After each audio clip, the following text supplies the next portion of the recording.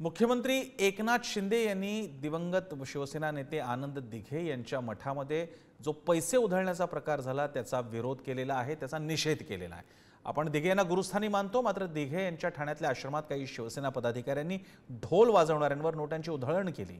यावरून ठाकरेंच्या शिवसेनेने शिंदेंच्या शिवसेनेला टार्गेट केलं।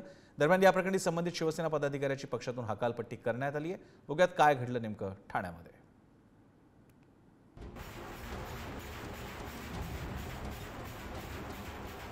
शिवसैनिकांचं प्रेरणास्थान असलेल्या आनंद आश्रमातील प्रकारामुळे संतापाची लाट उसळली आहे।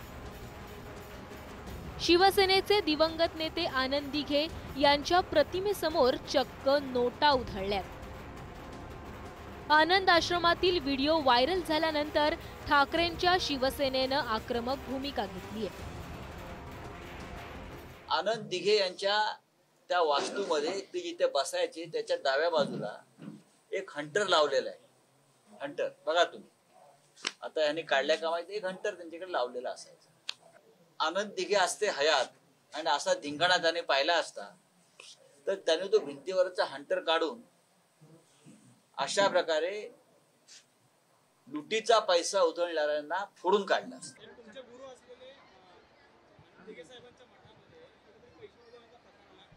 मी ते पाहिलं, त्याची चौकशी होईल। ज्यांनी असा प्रकार केलाय त्याला पक्षातून काढून टाकणार, त्याच्यावर कारवाई करणार।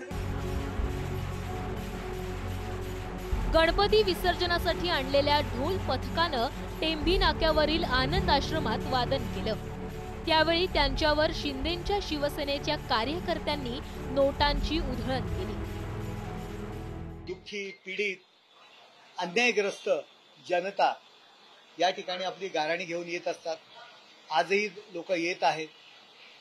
एक पूर्वीपासूनची प्रथा होती, टेंभी नाक्याचे गणपती विसर्जन होताना या ठिकाणी ढोल वाजवला जायचा। लहान मुलं दिघे साहेबांना भेटायला यायची, ढोल वाजवायचा, त्यांचा एक उत्साह असायचा आणि दिघे साहेब त्यांना बक्षिसी द्यायचे। आज जी काय कृत्य झालं त्याचं पाठराखण तो उंदीर करत होता, कळलं की नाही। त्या उंदराने काय सांगितलं, ही दिघे साहेबांची ही संस्कृती होती, दिघे साहेबांची संस्कृती होती पैसे उडवण्याचे, आणि त्याला तुम्ही पाठिंबा देता, तुम्ही त्याची पाठराखण करता। लाज वाटायला पाहिजे तुम्हाला। शिवसेनेचे दिवंगत ठाणे जिल्हा प्रमुख आनंद दिघे यांच्या टेंभी नाक्यावरील आनंद आश्रमात ठाणेकरांच्या समस्या सोडवण्याचं काम झालं। मुख्यमंत्री एकनाथ शिंदे हे आनंद दिघे यांचे शिष्य म्हणून ओळखले जातात। शिवसेनेत फूट पडल्यानंतर टेंभी नाक्यावर असलेल्या आनंद मठाचं नाव आनंद आश्रम करण्यात आलं। 1967च्या सुमारास आनंद दिघे यांनी ही जागा भाड्यानं घेतली होती।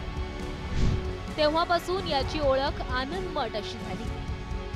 आनंद दिघे यांनी शिवसेना वाढीबरोबरच अनेक आंदोलनं उभारली।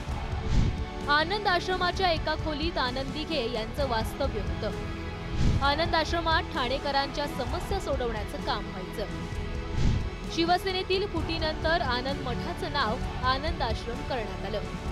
ज्याला तुम्ही आश्रम म्हणता त्या आश्रमात ढोल ताशे वाजवायला गेले कशाला? बँजो आनंद दिघेंच्या आश्रमात, म्हणजे जिथे दिघे साहेब गायचे तिथे गेले कशाला? आणि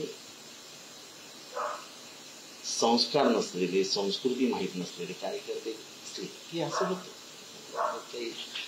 नवीन काय घडलंय असं मला वाटतं। ठाण्यातील शिवसेनेचे दिवंगत नेते आनंद दिघे यांचं आनंद आश्रम हे शिवसैनिकांचं प्रेरणास्थान। या आनंद मठातील एका खोलीत आनंद दिघे यांचं वास्तव्य होतं। दिघे यांच्या निधनानंतर त्यांची खुर्ची तेथे असून शिवसैनिक येथे नतमस्तक होतात।